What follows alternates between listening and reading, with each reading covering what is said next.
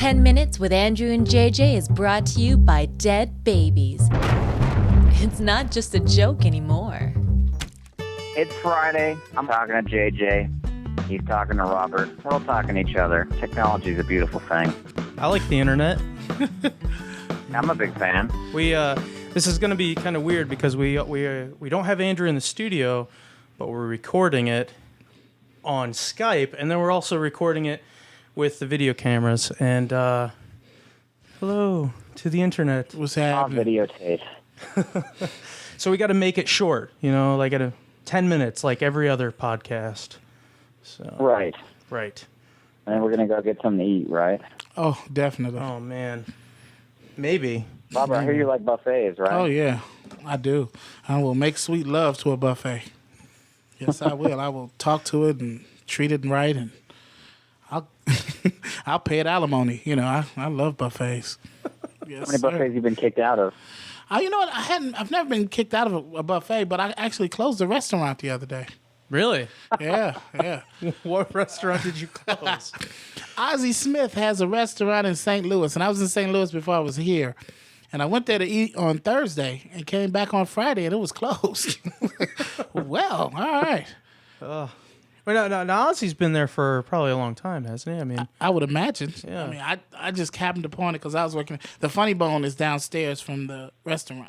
oh, okay. So I went Oh, to the yeah. Funny Bone, and I was working the Funny Bone. I was like, is there any place to eat around here? Yeah, you can go to Ozzy's. I'm like, hey, Ozzy's. All right. I was like, give me some of that meatloaf, baby. Nice. Now, is it, what kind of food do they serve at Ozzy's? American fare. You can get pot roast, steaks, chicken. At least they used to. Oh, okay. Let's not forget it's closed now. So Right. Don't expect anything in there now. I actually had a meatloaf one day and pot roast, I think it was, or something like that. I had pot roast, not meatloaf, pot roast. I had meatloaf last night. Gotcha. I get my meals mixed up. I have so many. Yeah, I understand. Yeah. I Oh, yeah. totally understand.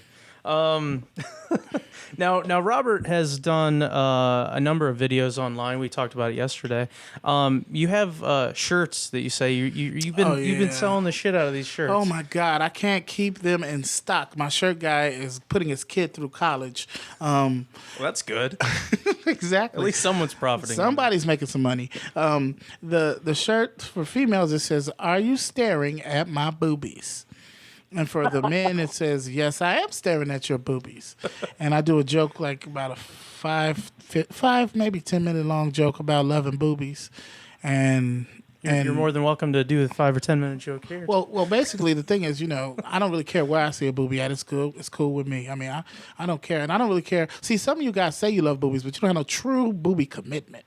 It take a certain type of boobie to bring most of y'all joy. True. I don't give a damn what your boobies look like. They look good to me.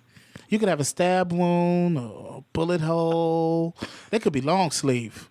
I don't care. I don't care. I still love your boobies. I mean, you don't really have to have two. I'm gonna work with what you bring to the table. See, so and then it's like this is the part of the show where women are feeling a little uncomfortable. It's a little weird because they're wondering, is he staring at my boobies? And to set aside all doubt, yes, I am staring at your boobies. And when the show, what are you You're going to shake upfront my about it. hand? Right, exactly. And when you shake my hand after the show, I'm going to shake your hand real, real hard and try to make your boobies flop around just a little bit. Yep. Speaking of boobies, I think your wife just walked into the room. I She think knows she can. it. She can. Yeah, she she can knows be it. seen. I think maybe. If you step up a There little bit, she baby, is. come closer. Let them see your boobies in the internet world. There we go. Look at that. Isn't that wonderful? Only in America. That is so hot. I love looking at that. Yeah, that's my road dog there. buddy. Does she ever feel uncomfortable when you talk about boobies? No, because sometimes I point her out. I'm like, Oh, just if you like- don't believe just like me, that. here's the wife. This is the person I said I want to spend the rest of my life with, and look at the boobies on her. You know what I mean? It's no joke. That is awesome. Mm-hmm. Now I know you're not going to be around for Halloween here in LA because we have a party, and it would have been awesome for you to be here. I would have loved to have been there. I'm in Chicago actually. I'm working in Chicago at a club called what's the name of the club, Renee? Jokes and Notes. Jokes and Notes? Yeah, it's owned by the people who used to own the historical. All jokes aside, the lady that used to own that, she's one of the owners. She owns Jokes and Notes. So I'll be there with a guy named Joe Recca. Joe Recca. He won the Coming to the Stage on BET. Oh, okay. Yeah. Very cool. It's a very urban club. So You think Andrew and I would fit in? you'd be okay. Yeah, You know, sounds like nobody my kind of place. they wouldn't mess with you or anything. Just don't expect the show to start on time. Hey-oh. Right there for you. Oh, boy. I wish I understood what that meant.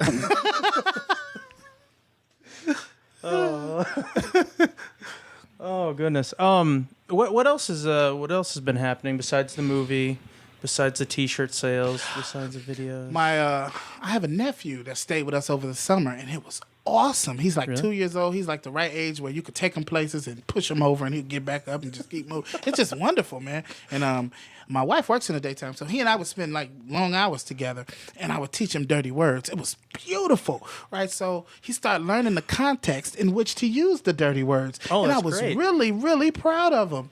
My mother-in-law, her name is Satan. You know. Yeah. I'm aware. Yeah. I've heard of her. She used to be a school teacher. Her name is Lucinda, but we call her Big Lucifer because she is the devil. And she was complaining about me not bringing the nephew by, her grandson. So we go over there, and he's walking toddler. He walks up to the door and knocks with his little fist, and I ring the doorbell, and he's all proud, waiting for Grandma to open the door. And Grandma is being a bitch, and she won't open the door for us because we took too long getting to her. Instead of being there on a Tuesday, we were there on Wednesday. And this made Grammy mad. So the bitch that she is, she left me and her grandson out there at the door. So I said, your grandma's not going to open the door. We should just leave. And as we were walking away, he goes, asshole. It's like, I love this kid. That's awesome. Yes, he is going to be a lawyer or something. I don't know, a congressman, something like that. But if I have anything to do with it, I'm going to teach him the wrong side of the tracks, just so he knows.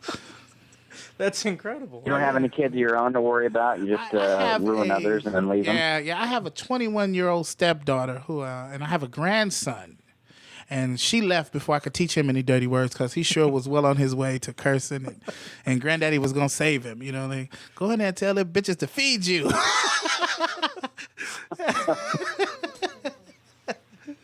He is. Man, my grandson's a big, stout guy, too. So he's going to be a big boy. He eats. He does eat. He was 6 months when he left us and went back to D.C.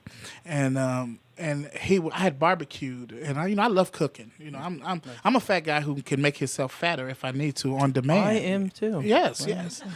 So I was barbecuing, and my wife and my daughter were eating, and my grandson was sitting there like, ain't nobody gonna feed me? You know what I mean? And finally he yelled out something, and my wife fell for him and gave him a crust of bread. And he ate that bread like it was crack. I mean, you should have seen him just stuffing it in his mouth like, give me more, give me more. He gave him a chicken leg, the little wing end, and that bone was dry in seconds. I was like, that's what I'm talking about. I like a kid that'll eat. How old is he? At the time, he was 6 months. Now, Oh, jeez. he's almost 2 now. He's almost 2. Still the same way. Big and loud. I love loud kids. You know what I mean? You're a kid, you're supposed to yell and break shit. That's your job as a kid. And until you break like the car, and then you're supposed to be quiet. Right. Yeah. When you fuck up my shit, then it's cool. But if you fucking up my wife or my daughter's shit, then that's fine. You know what I mean? Exactly. And now he's getting abused. Yeah. I do a lot of things to get abused. I do. I push the envelope constantly, and but this little boy, he is my grandson's son. When he was first born, he was the ugliest thing I ever seen in my life. I've never seen anything so ugly, and he was purple, and he had like chunks of skin falling off of him, and he was under a heat lamp, and he was hungry, and he was doing his hands like this, and his mouth was working because he wanted something to eat, and I was like, oh my God, this is the ugliest thing I've ever seen. And my wife was taking pictures, telling me, oh cute. I was like, no, that thing is hideous. And then I looked around the room, and all the other babies were ugly as fuck too, so I didn't feel so bad. You know what I mean? So, because at first I wasn't gonna take him home. I'm like, nah, nobody this ugly can be in our family. I'm sorry, but he filled out really nicely, and he's a good-looking kid now. So they apparently all come out ugly. Well, at least any of them related to me and shit. Fair enough. Oh gosh. Well, actually, Robert, that's been our time for this week, and so quick. Yeah. Thank you for Dad. driving all the way from Chicago to Thank you for having me. Thank you for having me. You guys are great. We'll plug the newest video And see you next week.